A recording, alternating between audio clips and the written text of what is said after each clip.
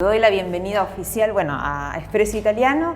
Gracias, por participar, por formar parte del Espresso y contarnos, cómo es tu historia, tus raíces italianas. Buen día, gracias.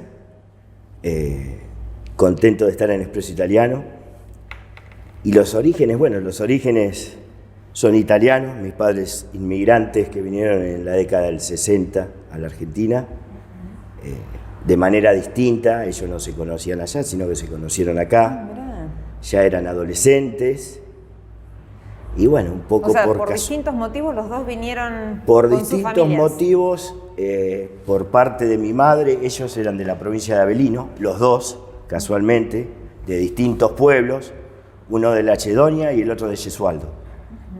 Acá se conocieron, mi madre vino porque una hermana de ella, mayor, le insistió para que viniera y se vinieron las tres hermanas para la Argentina.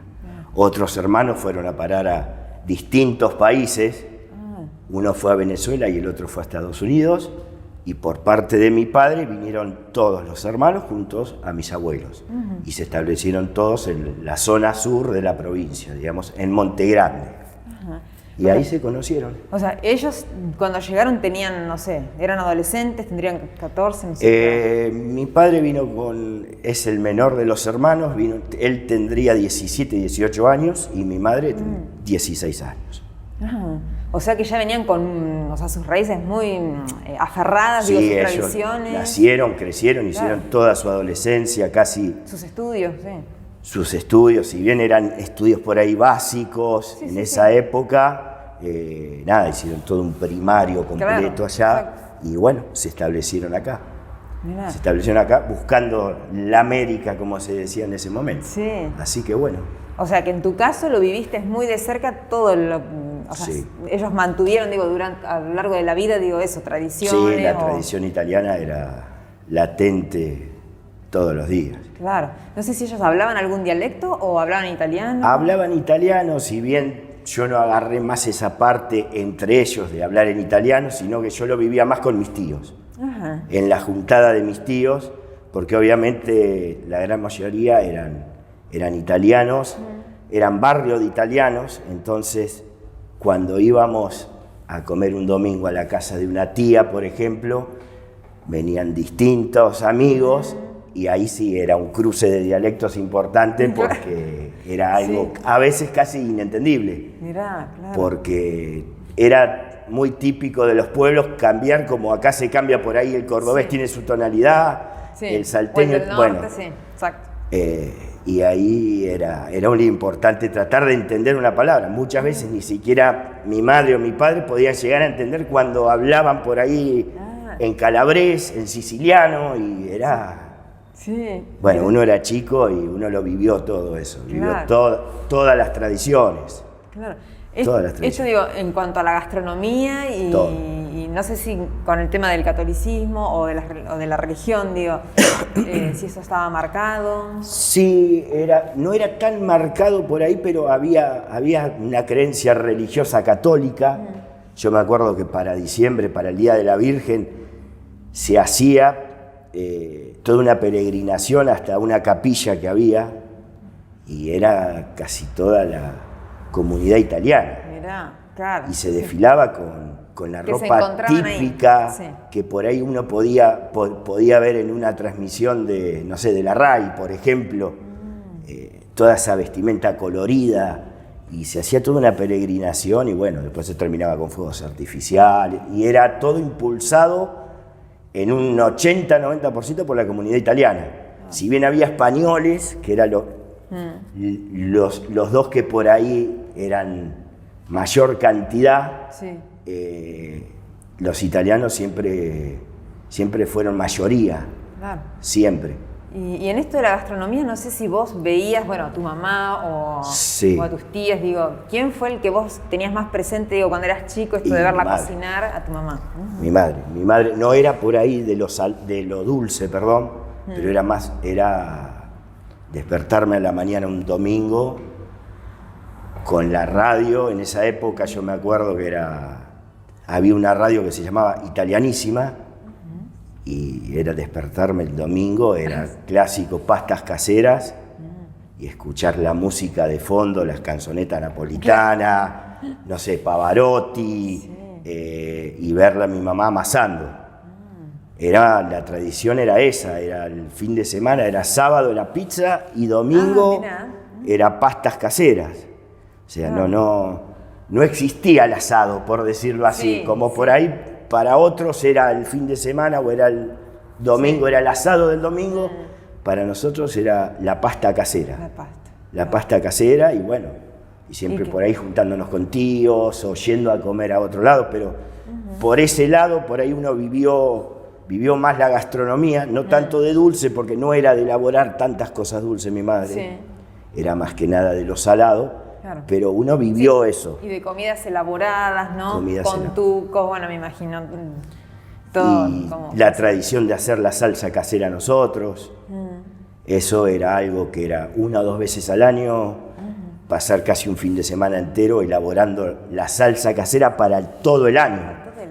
Y yo me acuerdo que mi casa se convertía se juntaban todos, claro, era algo, ¿no? Que colaboraban. Nos juntábamos todos, por ahí venía algún tío, pero así no fuera, la tradición era mi mamá, mi papá, yo soy el menor de 3 hermanos y era un fin de semana que no se movía nadie. Nadie, claro. Se arrancaba el sábado a la mañana con 20 cajones de tomate perita desparramados por toda la casa, lavando botellas.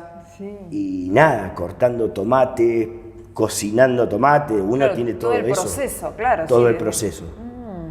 Uno tiene toda esa imagen de ver las ollas grandes, el tomate revolviendo. Claro, y que llevaba su tiempo, ¿no? En un día no se hacía. O sea, era todo un proceso, desde cortarlo, cocinarlo, después se pasaba por una máquina que los más chicos nos agarraban y nos ponían para separar la pulpa del ollejo, después eso se volcaba en una olla grande y ahí con un cucharón nos hacían poner en un embudo y llenar 200 botellas de salsa, 300 botellas de salsa que nos duraban todo el año. Todo el año, exacto. Y era todo un proceso, porque era poner el corcho, atarla, la hoja de albahaca, todas esas cosas que pasaban los grandes y nos miraban que no falláramos con eso.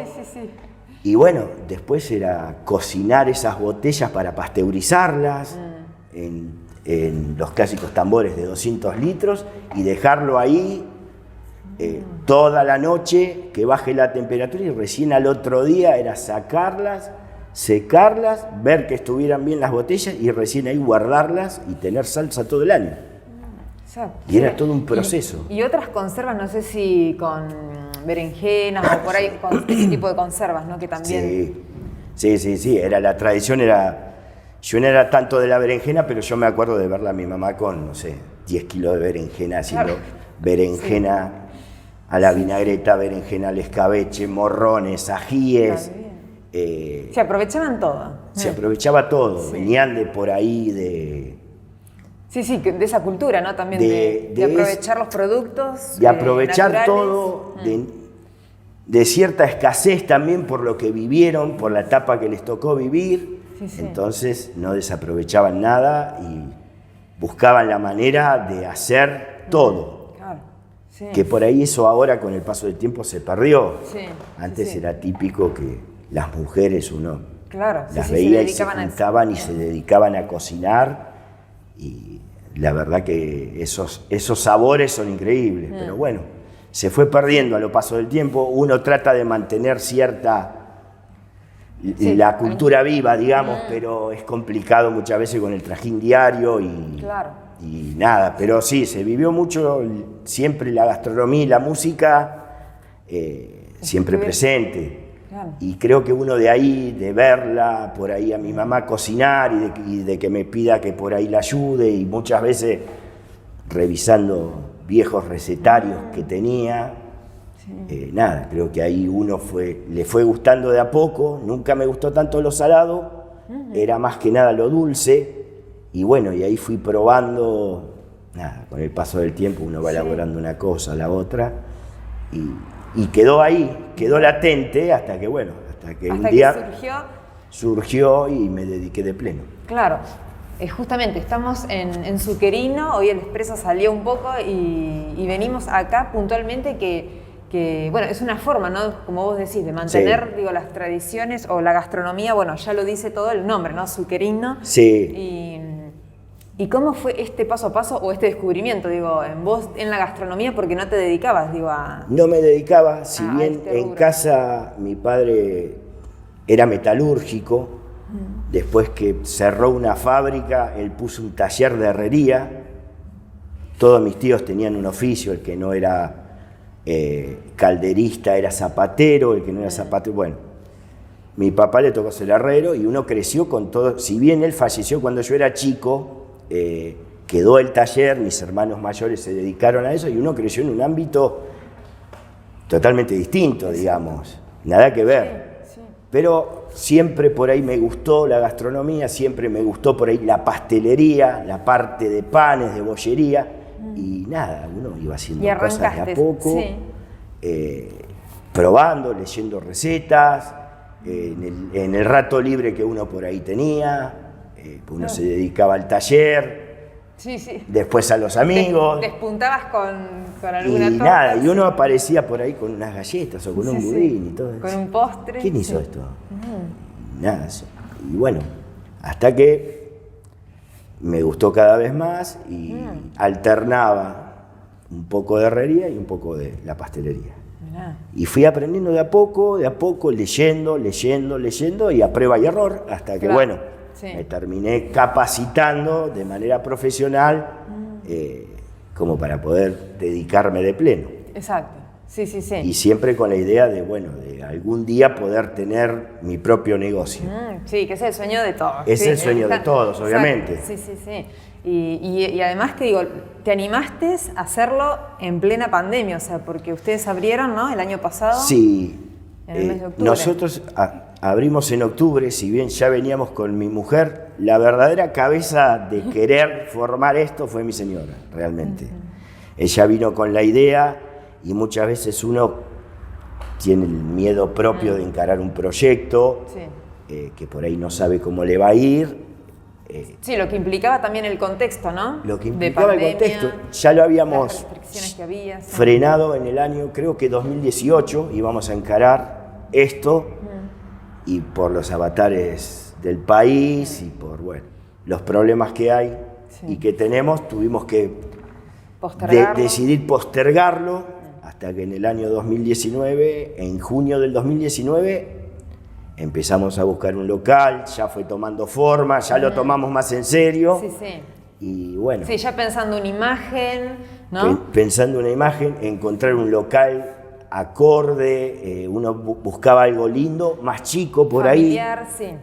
Más chico, este es el antiguo Café Evangelista en el que estamos hoy, que por ahí tiene... una tradición increíble.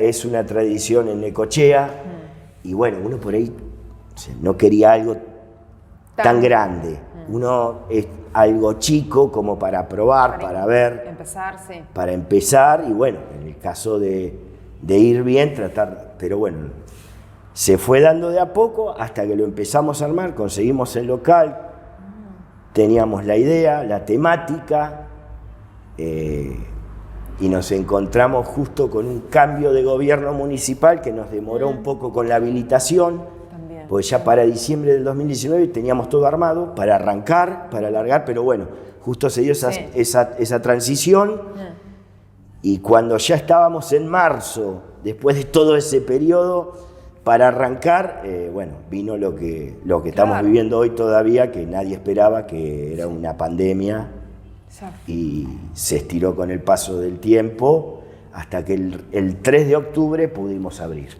sin decir nada. Sin hacer ninguna propaganda, vinimos, prendimos las luces, abrimos las puertas y empezó a funcionar. Y empezó a funcionar. Porque la convocatoria, digo, es, además de la propuesta, digo, que ustedes ofrecen, que es atractiva, que es distinta, digo, a lo que existe, digo, en la ciudad, ¿no? En cuanto al servicio. En cuanto al servicio, sí, la idea era hacer una temática distinta. diferente a lo que uno está acostumbrado de por ahí ir a una confitería, ir a un bar y pedir una porción de torta. Sí, o que te sirvan. O que le sirvan un café. Exacto. Y una variedad amplia, porque venir a Zuccherino, digo, eso no significa poder probar desde un cheesecake, probar un budín. Sí, tenemos aproximadamente si bien se va variando, hay veces que hay un poco más, un poco menos, pero unas 10, 12 variedades de los secos que llamamos, que no llevan heladera, que van desde el alfajor clásico de maicena hasta carrot cake, torta de ricota clásica, budines, tenemos una gran variedad de secos y después pasamos a los fríos, que dentro de los postres tenemos clásicos como cheesecake, tenemos tiramisú obviamente, hemos tenido casata, ya vamos a ir ampliando un poco más por ahí la parte italiana e ir poniendo más cosas típicas. Pasa que hay muchas cosas que hay que adaptarlas muchas veces al paladar clásico que tenemos nosotros acá. Sí. Y se puede tomar un café también, ¿no? Es un momento de encuentro, digo, de Es un momento de encuentro. Es un para momento la familia, ¿no? También. Amigos. Es familiar. Lo bueno que tiene que no hay, muchas veces por ahí hay lugares que se arma como un núcleo de cierta edad. Lo que tenemos acá en Zuccherino es que vienen gente de distintas edades. Podemos tener días con chicos de 18, 19, 20 años, 15 años, como en otra mesa podemos tener gente de 60, 65 años. Exacto. Y eso es lo bueno. Sí. Eso es lo bueno, que vienen todos de distintas edades y lo más importante es que les agrada y se van contentos y vuelven. Que eso es lo importante de un negocio, que la gente vuelva y del boca en boca sea bueno. Sí, tal cual. Exacto, cuando tenés una linda experiencia, lo vivís, lo compartís o también obsequiás, digo, que esa también es otra de las propuestas, ¿no? Estas bandejas dulces.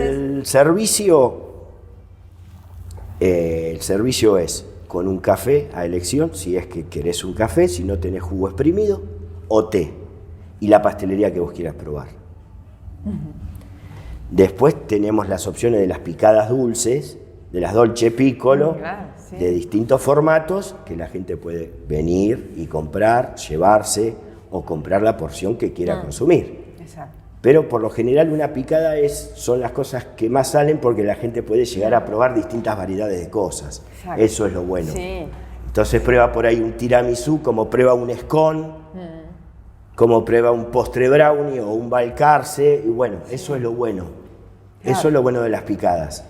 Y la gente muchas veces se asombra por el sabor, que eso es lo más importante, porque muchas veces la pastelería lo que tiene que, como la cocina en general, entra por la vista.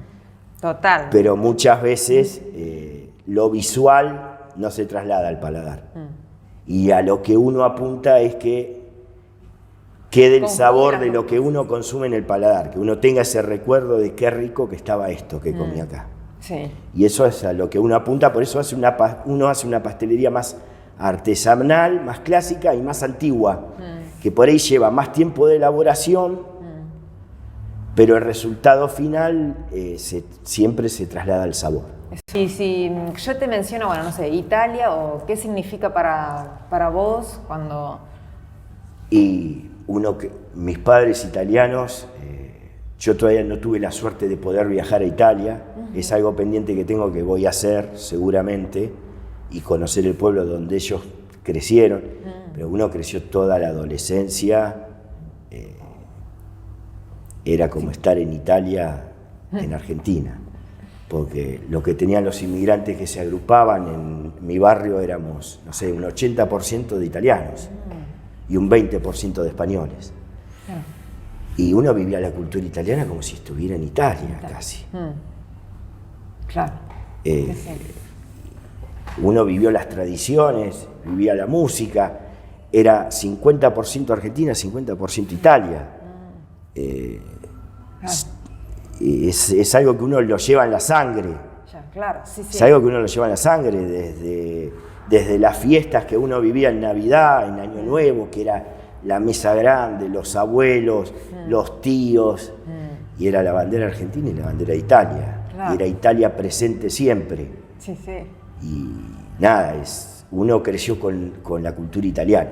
O sea que me imagino que celebraste el campeonato, digo, también. Obviamente, Italia, obviamente. de Argentina, por supuesto, pero Fue un fin de semana increíble. Claro, sí, obviamente, no. Uno trata de trasladar eso por ahí, yo con mi hijo. Por ahí no es tan fuerte, por ahí lo que uno le puede llegar a brindar de lo que viví yo con mis padres, ¿no? Obviamente, porque era otra época, era otra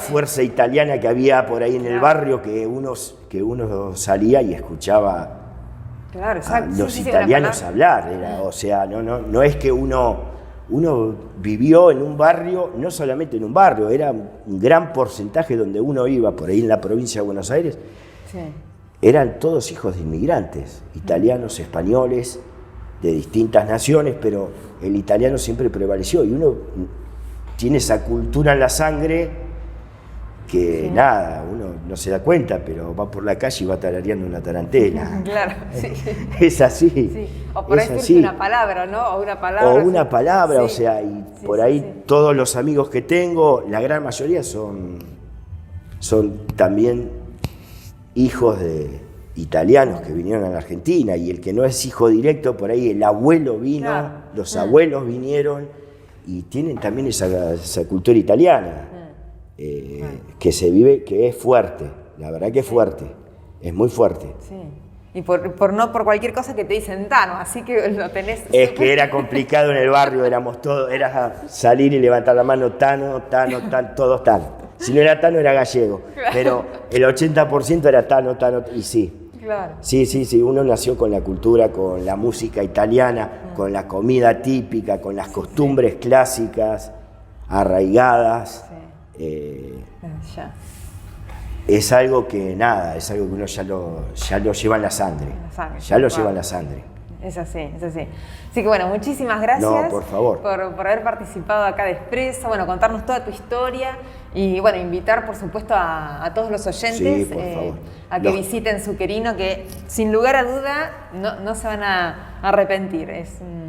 Bueno, muchas gracias a vos por acercarte, por hacerme la nota, por dejar expresarme un poco lo que uno ha vivido, por mostrar el local, y bueno, esperamos a la gente, a los que no nos conocen todavía, que se acerquen, que nos conozcan, y nada, los vamos a estar esperando acá con los brazos abiertos, en Zuccherino Tenedor Dulce. Muy bien, muchas gracias. No, por favor, gracias a vos. Un placer. Igualmente.